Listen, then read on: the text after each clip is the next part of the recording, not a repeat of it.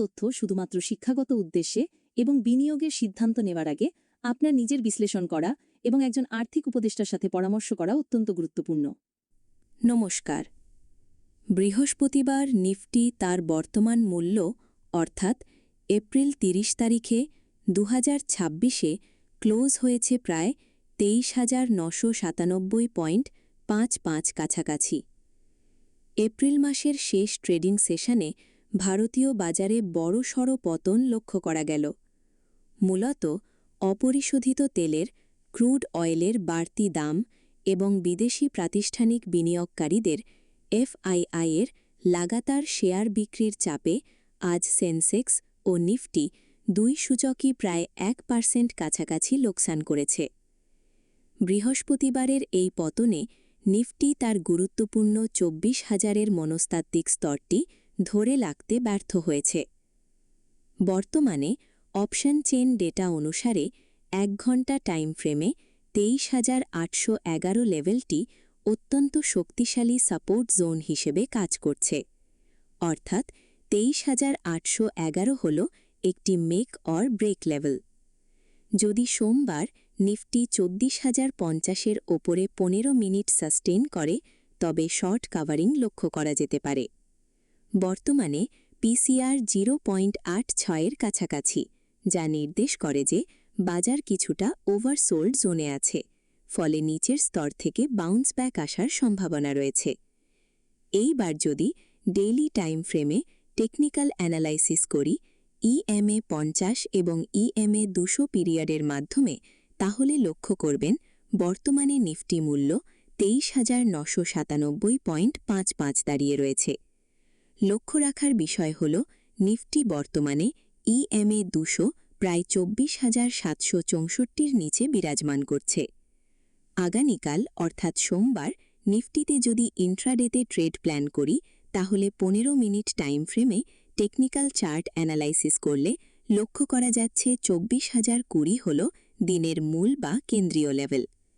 Nifty যদি এই ২৪,০২০-র ওপরে ট্রেড করে তবে দিনের মেজাজ বুলিশ থাকার সম্ভাবনা বেশি। পক্ষান্তরে যদি নিফটি এই স্তরের নিচে নেমে আসে তবে বাজার বিয়ারিশ বা দুর্বল হতে পারে। চলুন দেখা যাক গুরুত্বপূর্ণ সাপোর্ট এবং রেজিস্ট্যান্স লেভেলগুলো যথাক্রমে। প্রথমে যদি খেয়াল করি, রেজিস্ট্যান্স অর্থাৎ R1 হল ২৪,১৫৫। যদি নিফটি এই জোনে পৌঁছায় এবং সেখান থেকে বিক্রেতাদের চাপের কারণে রিজেকশন বা প্রতিরোধ আসে তবে এটি একটি শর্ট বা বিক্রি করার সুযোগ তৈরি করতে পারে।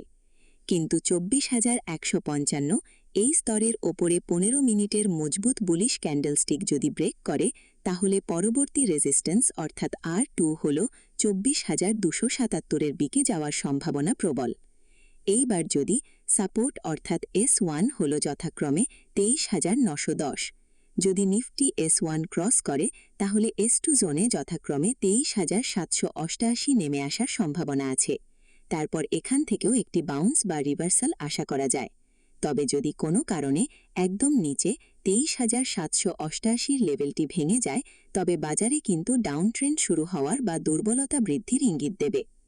আবার ৫ মিনিট টাইম ফ্রেম অনুযায়ী সোমবারের জন্য যদি নিফটি ইন্ট্রাডে ট্রেডিংয়ের পরিকল্পনা করি তাহলে লক্ষ্য করতে পারছি ২৪,০২৪ হল দিনের মূল বা কেন্দ্রীয় লেভেল।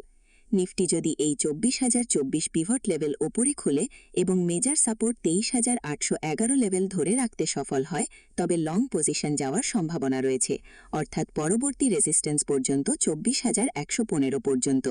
আবার নিফটি যদি ২৪,১১৫ রেজিস্ট্যান্স লেভেলে পৌঁছানোর পর রিজেকশন দেখায় অথবা পিভট লেভেল ২৪,০২৪-এর নিচে ব্রেক করে তবে শর্ট পজিশন নেওয়া যেতে পারে পিভট লেভেল ওপরে স্টপ লস নিয়ে।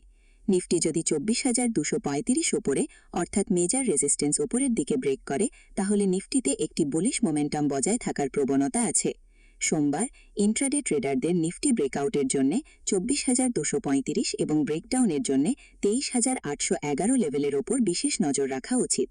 বৃহস্পতিবার এপ্রিল ৩০ তারিখে বিদেশি প্রাতিষ্ঠানিক বিনিয়োগকারী অর্থাৎ এফআইআই-এর পক্ষ থেকে ক্যাশ মার্কেটে ভারী মাপের নিট বিক্রয় লক্ষ্য করা গেছে, অর্থাৎ 8,047.86 কোটি টাকা, যা নেতিবাচক সংকেত নির্দেশ করছে, এবং ডিআইআই এর পক্ষ থেকে ক্রমাগত নিট ক্রয়, যা অভ্যন্তরীণ বাজারে আস্থা এবং শক্তিশালী সাপোর্ট দিতে সহায়তা করছে।